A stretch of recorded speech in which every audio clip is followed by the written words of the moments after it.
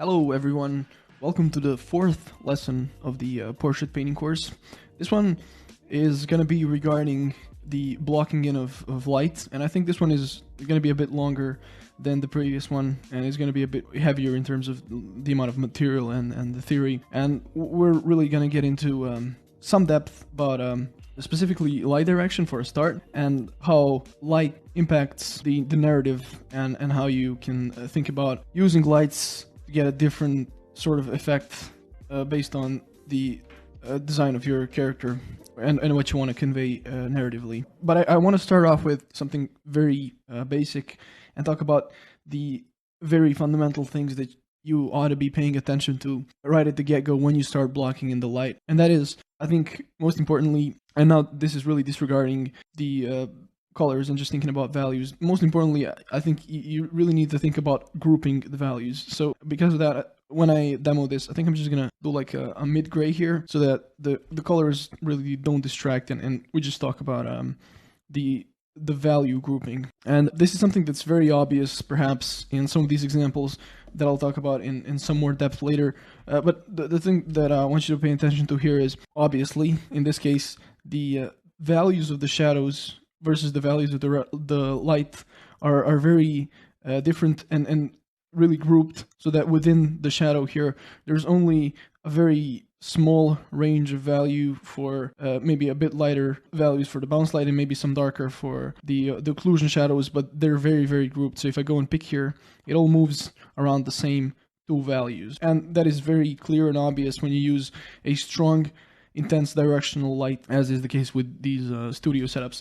If you look at something that's a lot more frontal, which has the shadow shapes being a lot smaller and also a lot softer, you can also notice that, for example, under the neck here, the values are pretty grouped, although slightly less so than in the other example, but there's still a distinct group of values all throughout here that is darker than all of the values in the light. So even if you're going for something very soft, what would make sense to do in this case when you're setting things up is to start with a harder and, by extension, more specific shape for your shadows, and grouped as well. And then later on, you can add softness, and you can also add variety so that there's a stronger distinction between this occlusion shadow, let's say, and the, I don't know, bounce light in here. You can add all of those smaller value changes later, but the idea is to start off with a very simple single value block in and work within that. If I was to do that here, I think the easiest and most obvious way to do it would be really to just show it with a single value on a single layer. So I'm just going to use a normal layer, and I'm going to create some shadows. I'm not really going to pay too much attention to how necessarily accurate they are. I just want to showcase the general principle and the overall idea. And I think it's also useful to see the way that I block in the shapes, because they're very broad. So something like this, for a start, might be well enough for me to start, and maybe a cast shadow in here. This might be enough for me to start judging how I like this light direction. And then if I decide to work with this and to add more variety, I can select the lightest and the darkest point. So let's say I want to move a step higher here for a bounce light in there. I'm being very careful not to have the bounce light be lighter than the light area, the light family. So I can move, let's say, a step up for the bounce light and maybe a step down for the occlusion shadows. So the deeper shadows where the ambient light doesn't really reach. So let's say I do something like this. And now already, just with this very simple blocking, I have achieved a cohesion, because I started with something very simple and basic and fundamental, but also some variety. And within the variety, I still have a limitation that I set out from the beginning, which is my lightest and my darkest value. So I think this is the very base and the most important thing to think about always, regardless of how soft your light is. So like this could have been something like, let me sort of mock this up. Something like a very diffuse light source, maybe like this, and maybe it's a very weak light source as well. Regardless, this still has a grouping, and you can see very clearly how the grouping is inherent in the way that I work, the way that I block in. And then if I soften everything and make everything lighter or lower the contrast, the grouping really doesn't go away. It's still maintained there because it was there from the get-go and it was set up solidly. So this is really the most base thing that I want you to think about at the very beginning when you block in your shadows. And it's also practically very useful because you don't have to waste too much time on any finesse or any detail. You really just lay it in very thick, very simple. And from that you can judge whether you like the shapes, whether you like the patterns, whether you like how it's working with the character, and move on from there. So that is really like the preamble here is to watch out to create a solid grouping of your shadow shapes. And then further, mechanically, this was more of a visual thing with grouping, but it also happens realistically in nature, but it's important for the light read.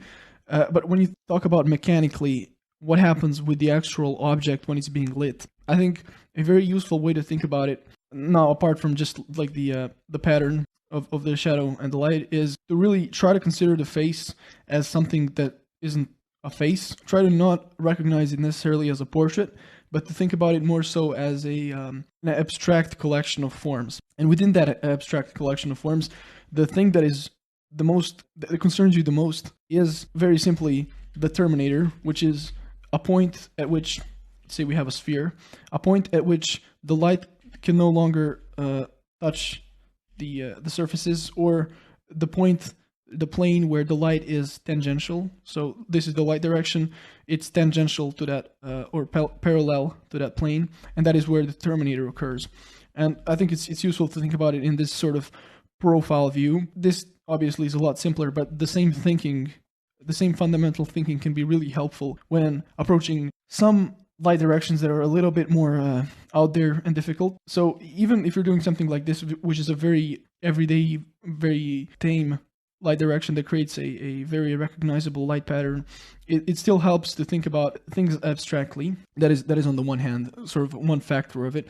And then on the other hand, it is also helpful to have a decent amount of mileage that will give you a visual library of these patterns. And you will start getting accustomed to the patterns at which the terminator generally occurs in everyday, fairly usual light scenarios, so that you won't really have to think about them too deeply or too much. So what I think makes sense now, having talked about the grouping of shadows and also the most fundamental physical consideration when you think about actually lighting an abstract object, I think now what makes sense is to move into talking about usual light directions that you might see occur often in portraits, and then also building off of that, talking about how the direction of the light is gonna affect your mood or your narrative or your character design.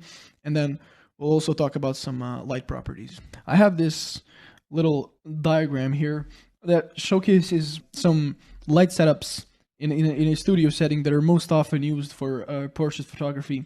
And with the ones that I have here, you can sort of think about them as fairly generic ways to light perhaps a more conceptual, concept arty portrait, where you're going for more of just a good likeness read and a fairly good form read, without necessarily getting too much into some out there, more interesting and more narratively strange setups, such as something as this, where you would light the character from below. In this sort of a scenario, really the likeness is kind of lost, because in everyday life you're really used to seeing people only lit from above.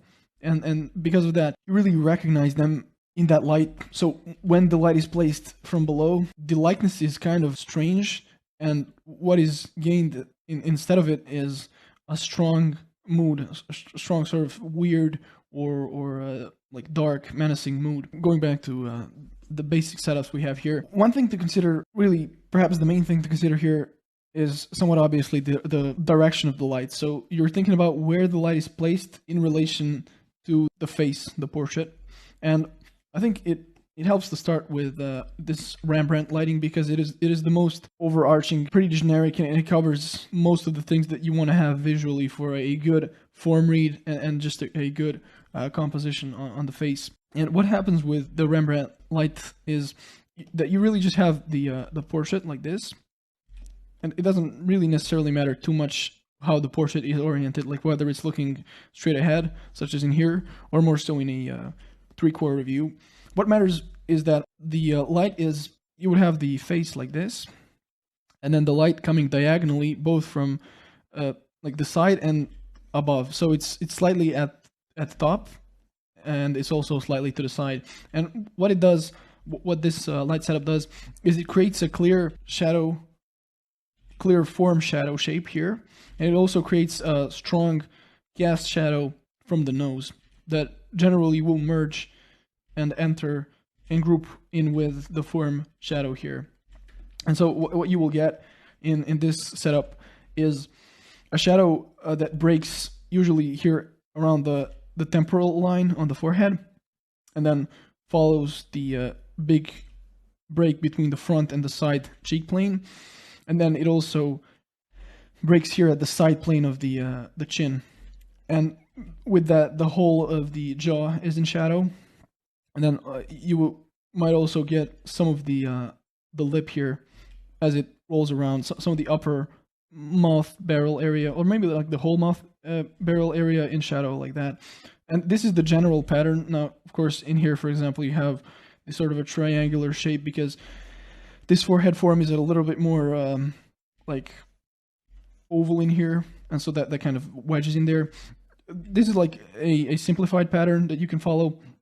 And then obviously here the nose will break at the front to side plane break there, and it will cast a shadow, and then be below the brow there will be a shadow, and sometimes this whole thing, the whole plane there will be in shadow. Sometimes the eyeball will catch a bit of light. That depends on the surface or the likeness of the face, whether somebody has deeper brow ridges or less so, and depends on how bulged the eye is as well. And then often the eye itself also will have a shadow in here. So this is kind of a general pattern, and a simple way to look at it is kind of like the temporal line is one big gesture, and then the jaw as another one, or not the jaw, but the cheek going into the jaw here. So it's something like that, and the ear would be here. So this is like the big side plane shape, and then you kind of add the shadow of the bottom plane of the eye or the brow, and then a kind of a triangular shape here for the nose. Let's do something like this. So this is kind of the pattern that you would get, and that is a very characteristic thing for the Rembrandt light setup, is that you get a triangle here on the shadow side of the face, and then you can also get in some distinction here around the chin, and obviously a part of the lip, the lower lip, would also be in shadow depending on how what angle it's at on the character. But since the light is coming slightly from above, or like at a 45-degree angle both from above and from the side, it would stand to reason that the upper lip would also be in shadow, and that the bottom lip would cast a shadow as well. And what I already mentioned in regards to the effect that this creates is it does two things. You have, really, regardless of how you rotate the head, you still get a strong shadow shape, which is generally a good idea, because at the edge of the light and the shadow you will get a good amount of form, but you also get a big or a smaller but still fairly large light shape, and within that you have place to model the form with halftones and highlights. So regardless of whether more or less of the face is in shadow, you can still see that there's a lot of form still being shown throughout the light here, although this camera, the value range is a little bit compressed here, so this is a little bit blown out. In here you can get and you can see a lot more of that, because you get both shadow shape that is substantial and the light shape that is substantial.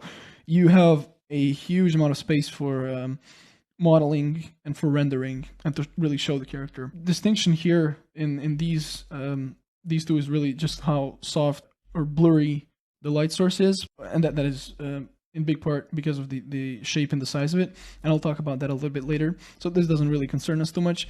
And in here, this is actually somewhat interesting, and it's a visual effect. Depending on where you place the light. So whether you place it more to the front or more to the side, you would get obviously more or less of the shadow shape visible. And now the angle at which the light is coming from is pretty similar, which means that the shadow pattern here is kind of the same. If you just map it across the form, it really is the same pattern, except it's seen at a different angle here, so it's a lot smaller. But you can see that the same things occur. You see the break here, you see the shadow on the orbit there, or the eyeball. You see the cast triangular shadow there, and the way that it merges into this kind of a triangle shape.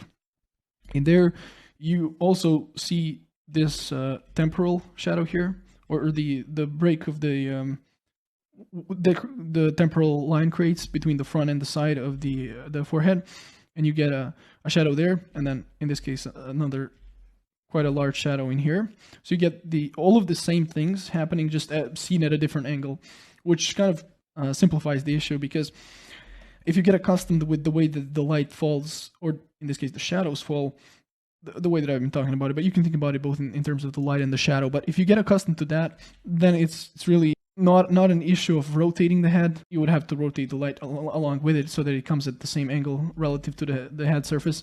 But you can see that the same things occur just at a different angle, and they create a different sort of setup. A useful thing to think about here is, and I think this is a good place to also start getting into narrative. Talking visually first, in here, most of your modeling is going to happen within the lights. The shadows would tend to be more compressed, so you would get less value range within the shadows just because they're a smaller shape in here. You would get a broader value range for the light, and you would model within the halftones. So you would expose for the lights in this kind of a setup. The broad, which means just like the light shape is broad, whereas in the short setup where the light shape is shorter, you would probably compress the light values more, as is done in this photograph, and you would create a larger value range for the shadows, and so you would create some modeling within the shadows as well. A lot of the modeling would happen, as I mentioned, along the Terminator, but a lot of the modeling in this setup with a bigger shadow shape can happen with occlusion shadows and bounce lights here. So you can see that if you compare these two, really there is a lot more information being seen in this area, which is reasonable because it is a lot larger in the composition. Whereas here in the shadows, there really isn't a lot going on. Maybe a bit of occlusion, but that's really about it. So that is an interesting thing to consider just visually, and then thinking about it narratively. In general, when a face or a character is in light more, they feel more friendly and more exposed, more forthcoming. So the psychological effect of having a larger visual area of the character in shadow is going to make the character a little bit more dramatic, maybe more mysterious. Whereas if you light it this way, the character will appear more less secretive and more mundane, perhaps. So that is just a narrative consideration with regards to using either short or broad light shapes there. And then coming into these setups, I'd mentioned that this Rembrandt light is really the best, or sort of just generically the best way to go about lighting a conceptual piece, because it has all the elements that you need to show form. And I'm going to talk about why these other options in here don't necessarily have that. One thing to keep in mind, and one thing to always think about that is a core design principle, is your intention and what you want to achieve with a given piece, a given illustration, or a given character, in this case a given portrait. And just because this setup has a good potential for modeling and for really showing the object, doesn't mean that any of the other ones are inferior. They are just more useful in a different setting. I want to start with comparing the butterfly setup that we have here. Really the distinguishing factor here, or the broad effect that happens, is because you have a light source that is completely frontal and a little bit up above the character, above the head, you really get a very small amount of shadows and shadow shapes on the face specifically, which creates a flattening effect.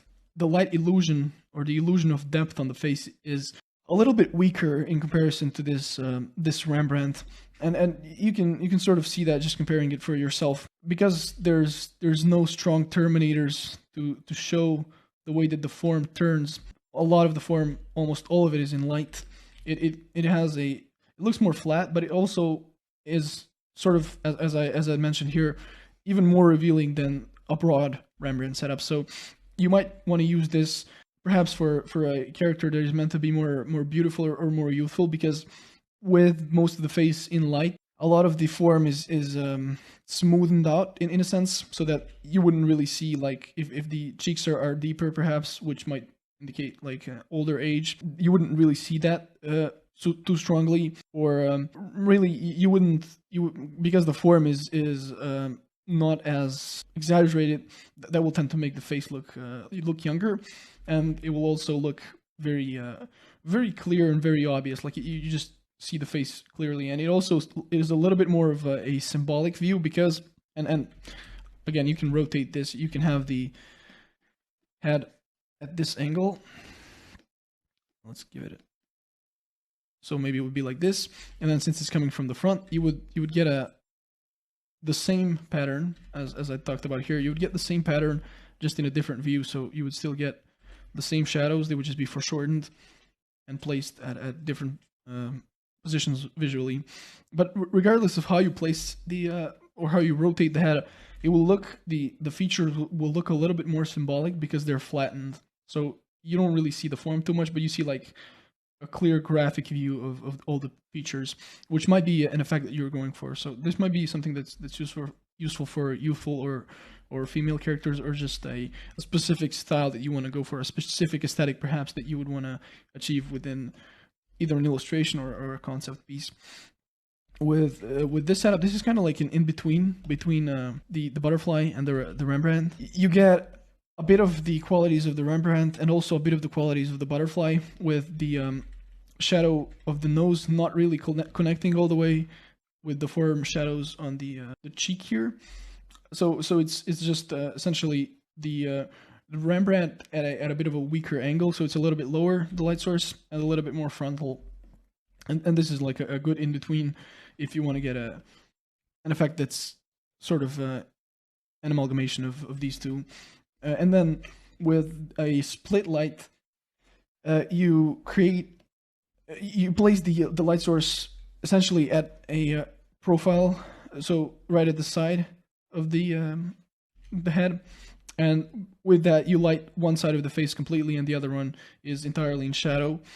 And you can see that you also have the option now, or it makes more sense to think about using a short or a broad setting. And what this this setup lacks in terms of showing form is that nice shape of the cheek there. So if you had a cast shadow here, you would really see where the cheek is, and you would see the transition of it. You would see how smooth it is. You would really see a lot of form elements there. But since that's not visible because of the nose just casting a huge shadow there, you get a lot less form and a lot more drama with it, because more form is obstructed, and so the character looks more mysterious and is more dramatic, really, regardless of how strong or intense the light source is. And you would also notice that it kind of not only in the cheek area, but also here in the forehead, perhaps the form rate is a little bit weaker, because the transition is a little bit less everyday, less of what you would expect than what you see. Like, you can really see a big amount of form and get a lot of information here in this forehead, whereas in this setup you don't get too much. You just get a line in this case. And as I mentioned with Rembrandt, you really want to consider with a light setup that has a big light and a big shadow shape. In this case, they're actually kind of equally sized. You want to consider whether you're showing more of the shadow or more of the light, and then expose accordingly. And so if you place the character frontally, you would get a different sort of visual effect from this one where it's mostly shadow, and this one where it's mostly light. And then in here it would be an in-between split. So that might be a good sort of metaphorical light setup for a character that is like sort of in a moral dilemma or something like that. And it's also quite dramatic because a lot of the form is being lost. Well, pretty much all of the form is being lost in the shadow on this side. So that is going to be a narrative consideration as well. Let's also look at some of these more out there kind of light setups, and first of all, we can analyze some of these ones, and it's helpful to have this, as I already mentioned at the beginning, to have this kind of a library of preset light sources specifically for portraits, because portraits are really recognizable. This is what you generally look at your whole life, is you look at people's faces. So it makes sense to put in a lot of visual library into faces. But looking at these and trying to classify them, this one would be kind of a modified Rembrandt setup, where the light is a little bit less high, so that the direction of the cast shadow here is a bit more horizontal, like so. But it is sort of a similar setup, and you can see that the effect is very similar as well, where you have some nice form read in this shadow side of the face. Let's say this one is, and these two really are kind of like the loop setup that we have.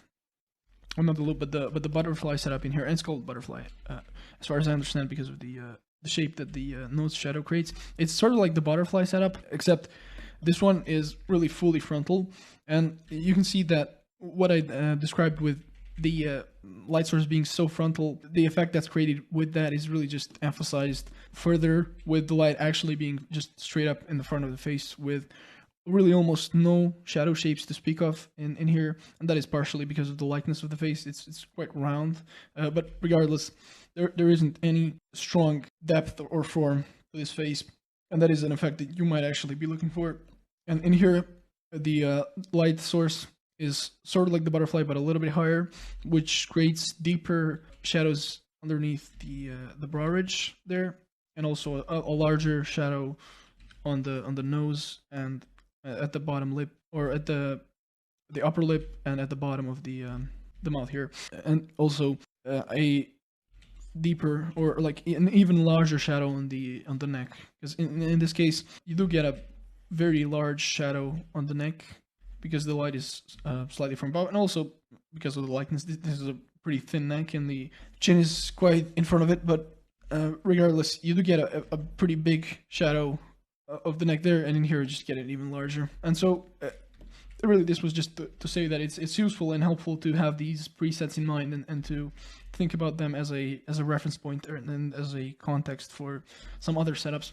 But if you look at something like this, as I already mentioned, this is going to be what you really don't want to use for a concept art piece, because you're not showing the likeness of the character, you're showing a specific mood, a specific emotion that would be fitting for maybe a keyframe or an illustration, and it's very weird and menacing. So definitely something to avoid if you're looking for an everyday feel. And even with a fully split like this, you can see that the effect is pretty dramatic. Generally, again, staying within the kind of loop butterfly Rembrandt light for something that's everyday and generic, or meant to showcase the visual character design, the visual elements of the character, is a good idea. But I thought now it would make sense moving away from these to get into my actual guy here, and sort of show you the way that I would approach different light setups, and just kind of go over them a little bit more again, just in a bit of a more practical setting. So in this case, I'll use a multiply layer just so I can edit it later and actually apply it to the nice color variations that I've got here. But again, just to stay away from color and think about value and just very simple shadow shapes. I'm gonna get a gray there, maybe make that a little bit lighter,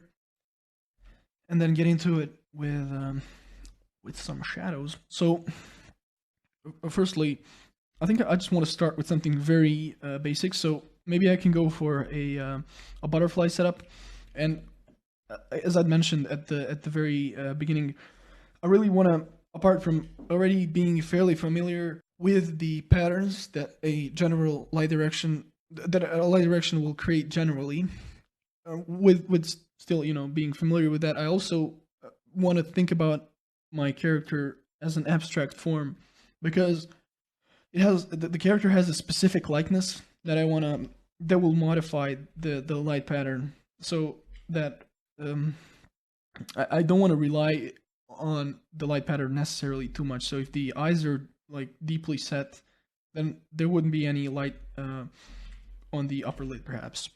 Things like that are definitely important to keep in mind, but the pattern is a good starting point. So I know that I will have a shadow below the nose. I know that I will have shadows, and also I'm thinking about like spatially where the light source is and relating it to the character. So I'm really thinking about how it comes in relationship to the face from the front, in relationship to the actual camera it's coming at an angle. So I keep those two things in mind. So if it's coming from the front top, I know that some of this would probably get in shadow, so like that perhaps, and maybe this side plane start getting in shadow as well, so something like that. And then the ear perhaps would get a little bit of shadow here as it turns away, but I think a lot of it would be in light still.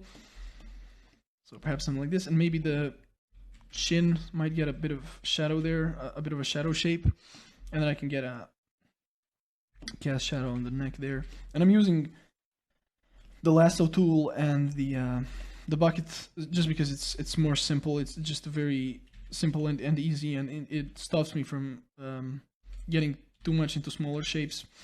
So something like this would be a good setup to use now for like a butterfly light.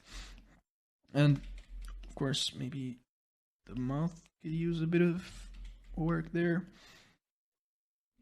like that. So that is, I think, decent for a start. I have everything I need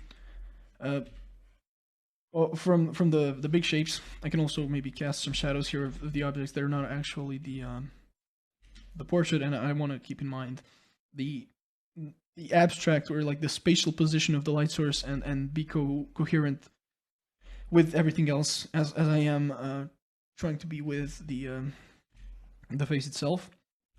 And you can see that what I talked about regarding the effects of using this kind of light source stands, it's quite a flat view. So if I do something like a Rembrandt now, where I just take that light source, bring it up and a little bit more to the side, I will start getting some larger shadow shapes here as the side plane of the nose starts getting into shadow. This whole thing would definitely be in shadow, so I'm trying to group the side plane here as the forehead is broken into two planes with the temporal line. I got the cheek here, and I also want to have the whole jaw there. And then, as I mentioned, maybe some of the barrel of the mouth will start getting into shadow as well. So they in general, the shadow, the cast shadow here, and the form shadow on the cheek will touch, and they will create some sort of a some configuration of a triangle. It's not necessarily a literal triangle, but it's sort of like that. And then, of course, thinking about where my cast shadow for the whole head might be, and then casting some shadow there. The bottom lip would probably be in shadow. Because the mouth is so round, this would get in shadow as well. So this might be my, well, in this case that would be like a narrow, or what you might call a short Rembrandt, where more of the character is in shadow. It's not a fully three-quarter view like this, so it's a little bit of a different shape. You see how modified it is, but the side that is in shadow is shown more, something like that. And now we can actually flip, and let's actually just get some shadow in here as well so that it makes sense together. And now I can actually go in here and start flipping back and forth between these two effects, and you can see very clearly how different they look. Now if I want to go in, let's do another Rembrandt here. Let's make this a multiply. So I'm just really doing the same exact pattern on the other side. So perhaps I would see some of the shadow on the and I can actually refer to this, and I ask myself, like, well, would I actually see a shadow here? And if I would see it on the other side, if the light was coming from the other side, maybe the shadow shape in here would be a little bit different, sort of like what we had in the diagram that I was looking at. So maybe the shadow shape would be a little bit like this. And these are things that you can also cheat. Like it's more so about like the design having a cool shape rather than necessarily being completely accurate. So if I want to force a shape of a shadow in there, I can actually do that, and nobody's going to be like, oh, this is not correct if I did the calculations. It's not about that. It's more about, if I want to have a Terminator here that will show me form, then I might as well just do it, because design trumps everything else. And in this case, it's not like concept design, it's more of a visual design thing, but it is a very similar principle. So I think a lot of this could go in shadow.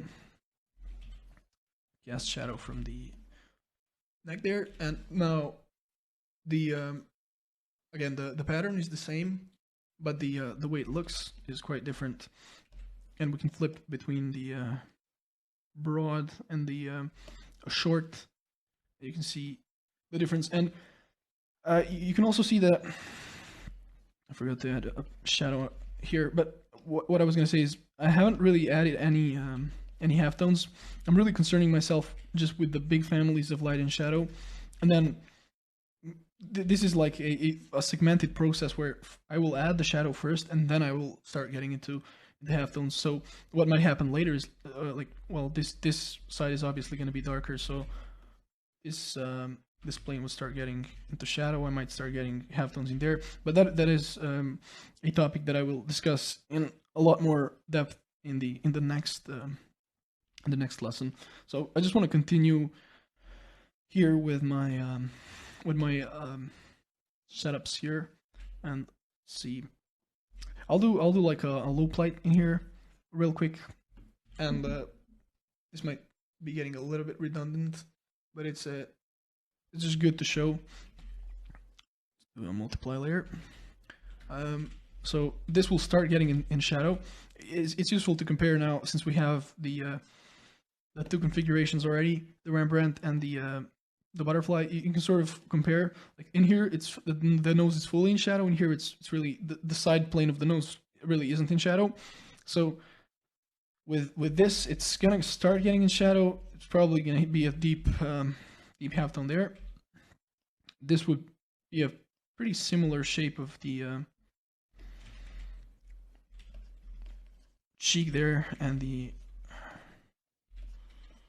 forehead. And if I look at the shape here, since the light is coming a little bit more to the front of the face, this should be a bit more narrow. So like the shadow shape on the hat would be a little bit more narrow, but the break here might be very similar, because the big planes will remain. And so if you move the light a little bit, it will still you know, it might still break at the same place, because for example, the temporal line is such a big plane break that if you move the light a little bit to the side here or here, it might not impact the actual light shape or the shadow shape. So that's something to keep in mind as well. All right, and then just do a shadow here, maybe a little bit on the chin there, and a little bit of it starting to show up here. So this is a little bit of a cheat, because I'm adding some of halftone, but it's just for believability and also for comparison. So the shape might look something like this. So it is in between, where this whole area is more in light, and it might be in a deeper halftone, but it is still in light. And but more of the nose and more of the forehead, definitely more of the chin are in shadow, just to compare. And now these were sort of the basic setups, but I also want to do some things that are a little bit stranger. So we could do one just for the sake of it, one simple split, just so see what it looks like. So I'm really thinking about where the midline is, and also thinking about where the big planes are, trying to come up with a believable shape where the light might stop reaching the other side. So maybe it would look something like this. It's not necessarily literally split down the middle, because this is a curved surface. So that's something to keep in mind. Definitely something that will change the way that the light configures, or in this case the shadow. So this might be and usually in the split one you don't get to see a lot of shadow, because perhaps you might see a bit of a cast shadow, you don't get to see a lot of cast shadow because there's so much form shadow. So like the nose would be casting a shadow, but this whole area is in shadow, so you don't really see it. Maybe you would see it only here at the very bottom there. But I think this might be a good setup, a good split light setup, and then like even the neck itself would be in a form shadow, so that you don't really get a lot of cast shadows. And this is also a part of the reason why you don't get to showcase form as much as with Rembrandt, because your cast shadow or your cast shadows will often sort of be a cross contour line over form and be useful in that sense. And here, that's not really what's going on. Or here, that's not really what's going on. So apart from this, I really just want to do a more strange, a less generic setup from below. And if I was doing it straight from below, and maybe, well, first of all, let me do one from above as well, because I think that's something that people sort of misjudge, is if you light the character all the way from above, almost all of the face, depending on how flat it is, will be either in halftone or in shadow. So, and I think it helps to measure it against something like, where's like a loop light. See, the light here is really almost straight ahead. It's not here in the front of the character, because then if this was the light source and the rays were coming off like this, the shadow shape here wouldn't look like that. But really it's nearly maybe like here, somewhere in this area. So it's almost at the front of it. If you start moving the light more and more above, what will happen is that all of the shadows that are being cast here, so the shadow of the nose, the shadow from the lip, the shadow of the orbits here, the hollows in around the eyes, and then the ridge, the brow ridge, all of them will get deeper, or the better way to say it would be that all of them would get longer. So if I start moving my light above, so let's do it like this, you will start seeing clear shadow shapes beneath the brow ridge, a longer, much longer shadow beneath the nose. And what is often done in historical painting is, if the light source is placed too high up, and that creates an unappealing shape for the nose, a lot of artists will actually intentionally shorten this shape so that there's a break between the lip and the nose. So this is something to consider as well, as you don't have to be a slave to the actual believability, or not believability, but accuracy. But so not be a slave to accuracy, but more so believability. So this is something that somebody that's not an artist, that's not trained, doesn't pay attention, wouldn't even notice really. And also they just wouldn't care about it as well. So this might become deeper. And all of the face would also, so this very lightly, and this is not really the topic here, but it's somewhat helpful to visualize. All of the face would start getting into a bit of a halftone as well. So maybe this would be a little bit more lit, but, and this would definitely become a very deep shadow. So it would look something like this. This is the light source starting to get higher and higher. And then you can imagine logically, if I go in here and place the light source very, very high, how perhaps only the forehead up here would be lit.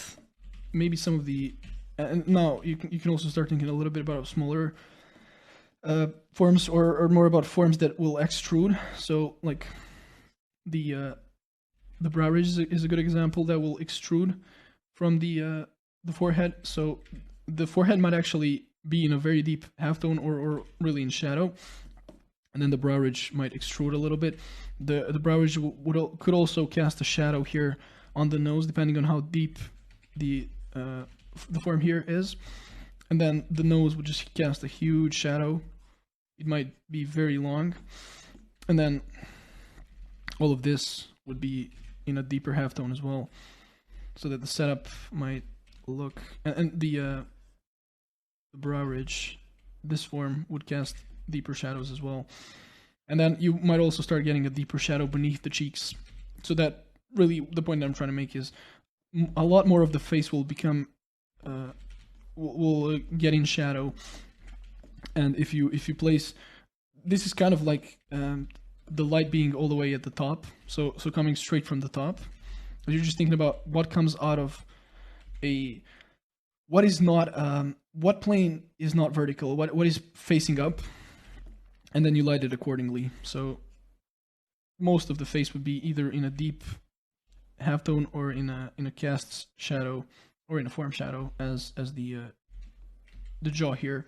And then logically, as you start moving the light source from above to behind, then you would just get into a rim light. So like perhaps the whole of the head would be in shadow, and then maybe you would get some lights there.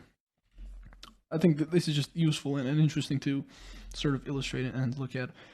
But definitely consider how high the light source is in relationship to the head, because the higher it gets, the more parallel the rays of the light will start becoming to the face, and with that, the more of the face will be either in cast shadows, in form shadows, or in halftones, and it will become darker. And as I've been mentioning previously, having more shadow on the face will create a much more dramatic effect. So let's just bring in my loop light here so that we can compare.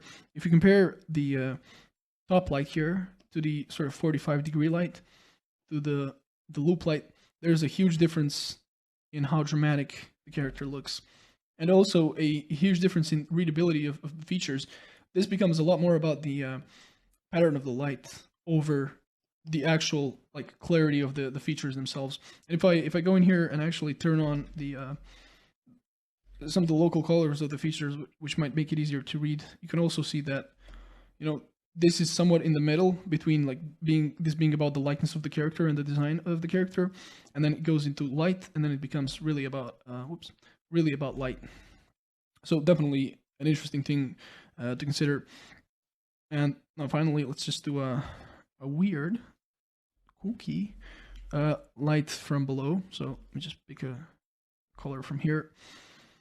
Okay, so I'll say that the light source is coming from bottom below, and I want to I really want to think about the because this is a pattern that I'm not used to, that I don't see a lot, both as in I haven't studied it, I haven't painted it a lot, and also I don't just see it in everyday life. I want to think about the form abstractly, so I want to think about exactly where the light is coming from. And often a good way to start with this is to just get something down.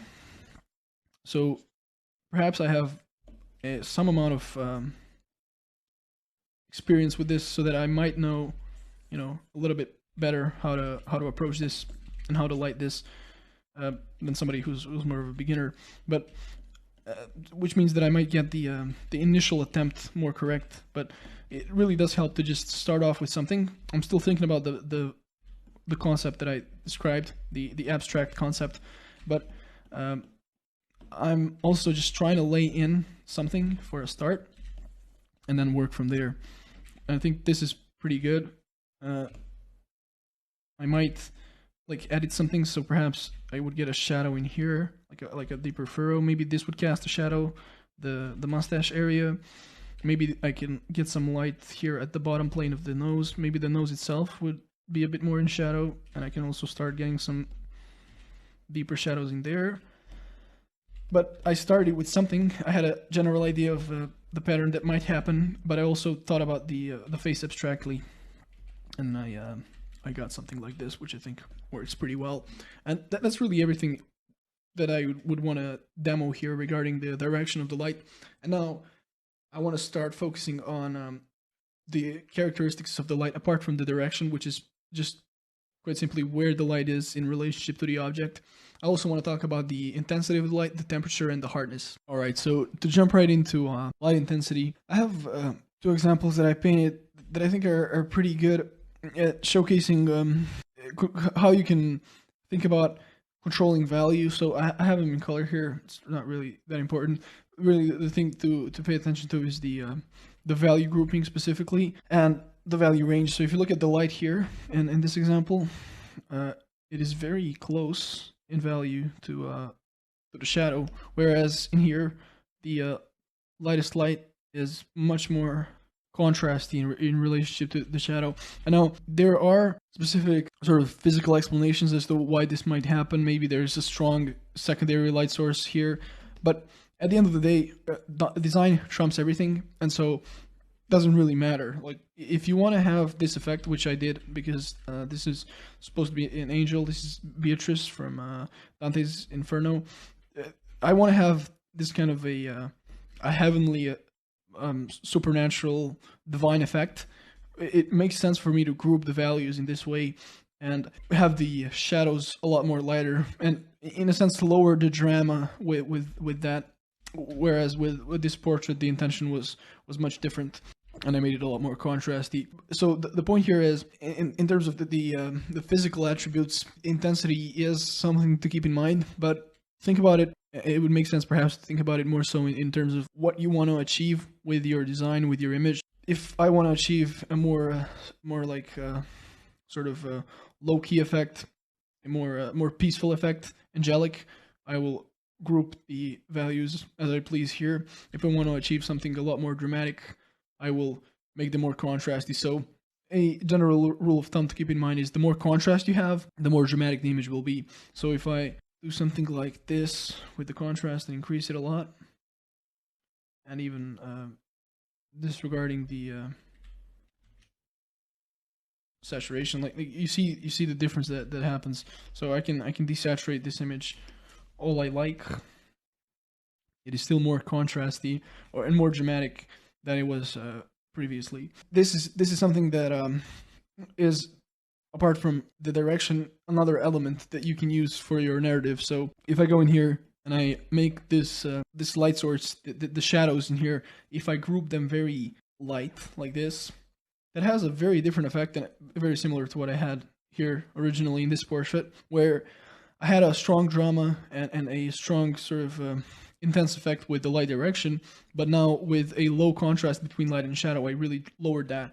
Whereas maybe a more expected way to go about this would be to really make them very dark and to get a strong dramatic effect that even more exaggerated like that. And then in regards to the intensity of the light source, perhaps it would make sense also to or let's say it this way: you can manipulate either variable, so you can manipulate both the light and the shadow. So what I can do in this case is I can go in here and like just make the light darker, and that will lower the contrast. So physically we're talking about the intensity of the light source, but visually we can talk about changing up the values and grouping the values of the light and the shadow a bit differently. So I guess a good way to demo this would be to actually have the character in shadow.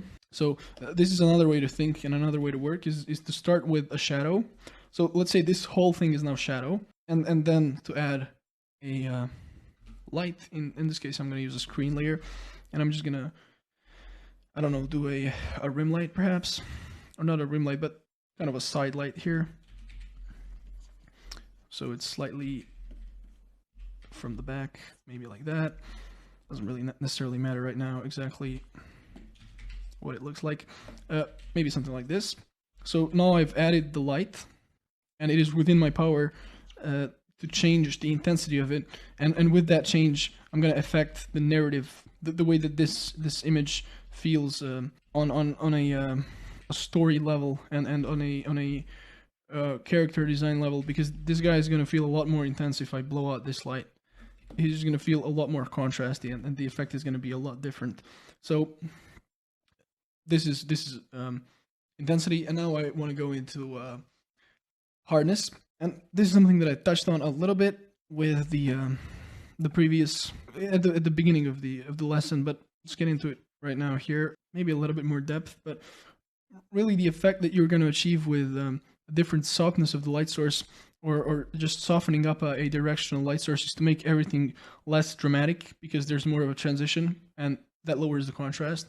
really think about it this way. You want to have a harsh light source to achieve drama, and the soft light source to achieve something that's less dramatic. That's really all there is to it. So if I go in here and, as I've done already, just blur this, maybe not blur it like that much, but just blur it like this. And this is not a perfect way to represent what I'm thinking about, but if I blur it, it feels less dramatic, less strong than what I had previously. So perhaps it's kind of an interesting thing to have the light source be this weird bottom light, but then make the shadow very light and very blurry, so that kind of lowers that that effect, that dramatic effect that's achieved with the direction of the light source. And then finally, the last thing to consider that is not tied to value, because all of these things that I've been talking about can be thought of just as on a value basis, but in here I want to talk about the temperature of the light. So let's do something like this again, where I'm gonna put this guy in shadow, and the way that I'll do that is I'll just colorize this multiply layer, and I'll make it a slightly bluish color like this. So now this guy's in shadow, right? And then I'm gonna put this light layer again, but I'll darken it and I'll colorize it into something that's warm, let's say. So the way that I think about this, the temperature of the light is really twofold. It's well, let's say the way that I think about the color of the light is twofold. It's temperature, so whether it's a warm or a cold light, and then saturation. So I can make this light source more or less intense, and with that I can increase or lower the drama. So if I make the light source desaturated, it's going to be less contrasty and less dramatic. If I make it very saturated, it will blow out the local color a lot more and will feel a lot more dramatic. And then with regards to the actual hue of it, the first consideration, as I mentioned, is whether it's cool or warm. That is just from the get-go. A big thing that will decide the mood. And then specifically whether the cool color is this blue or like a more violet or a more green is just it's a slightly different psychological effect, and every color in general will have a kind of an effect of its own. The most natural light colors that you will see are going to be the sort of orangish yellowish, sort of like a sunlight, a neutral, sort of like an overcast day, and then a cool that might be from the sky, or like a fill light, a cool in terms of like actual blue, somewhere in between like a blue and a cyan. So if you get something like a purple or a green, these will already have an artificial effect. They will you will assume that they're from some sort of a strange light source, and they will feel a little bit weird. And then like this might feel a little bit more magical, this violet, whereas this green might feel somewhat toxic, and as it moves into a yellow, it will start feeling more earthy and more like natural. And then if you have something that's a very saturated red, it will feel very off-putting and dangerous. So there are general effects that you're going to observe with a any particular hue, but this applies to composition in general, and it is just very useful and helpful to think about the face of the character, the portrait itself, as a sort of a composition, and to consider it as that, both in terms of the shapes that you're using and creating, and then also the colors and the values that you're going to create with the light or the shadow on the face. Now, finally, to cap off this whole lesson on light, I want to talk about multiple light sources and the way that light logic works in that scenario, and how you can think about those. What I'll do is I'll first of all give you an idea of what a generic setup might look for a portrait, and this is something that you can use sort of as an extension of the Rembrandt light. So let's open that up for a start. So I'll have and maybe I'll use a short there. Okay, I'm not sure actually. I'll use this one. Let's color it a little bit so it's not a completely gray color. All right, so I have this light source, and this is going to be the main light. The largest light source, not necessarily the most intense, but the one that's going to have the largest visual impact. And then how the studio lighting is generally set up for a portrait is you can have another light source. So I'll actually use a screen layer for this, and this is going to be the fill light. And the purpose of the fill light is going to be, as the name suggests, to fill in the shadows and to give some lightness to them. So perhaps without the fill light, this character might look like this. And if I add the fill light, say it's sort of a warm neutral light, and it's coming a little bit from like off to the side, I might get a soft, and it's generally going to be less contrasty and more soft, because again it's just meant to fill things in. I might get something like this. Let's get that softness in. So now I actually have two light sources, and this fill light is giving me a strong core shadow, and with that a bit more modeling within the shadows themselves, which can be useful. And then finally, you might get a rim light. Now, depending on how you set up the scene, you might get a... Let's actually do two options here. I'm going to do another option in here for the short Rembrandt light. So maybe I'll light it something like this. So it's going to be darker. I'll create my fill light here. Okay. Place it in there. It's going to be, it's going to have a smaller visual impact because it's smaller in size, the shape of it is. And then I could finally add a third light source. Let's return back to this, which would be the rim light. And now the rim light could be placed in shadow, and it generally is, and with the intent of showing the forms in there. So if I place a rim light in here, it will reveal a lot about perhaps the ear here, maybe where the jaw is. And the rim light, because it's placed at the back of the character, and this is tied to the Fresnel effect, it will generally look more intense. So because you're seeing this surface at a stronger angle, you get more reflectivity, and because of that, the rim light will generally look a lot stronger, and it's generally also set up to have larger intensity, so that it's more contrasty within the shadow, and it's clearly distinct from the fill light. Or in another setup, you could have the rim light in the light itself. So what that will do is it will just simply stack on top of the key light that you already have, and it will give a little bit more information around the edges of the character as well. So the rim light is somewhat of a cliche in the concept art illustration sphere because it's used so often, but it really is a very powerful tool. Perhaps not in this exact scenario, but if I have the rim light in a setup like this, so if I have it in a setup like this, you can see how useful it might be in showing what is completely the form that is completely lost in the shadow. So use it with caution, obviously. Don't overuse it. Don't just place it everywhere. But if you want to show the form there, then that's really the best way to use a stronger fill light or a rim light. And the rim light will obviously, because of its intensity, add a little bit more drama and a stronger effect. So that is the sort of generic setup. You have the fill light, or not the fill light, but the key light, which is this main big shape of the light here.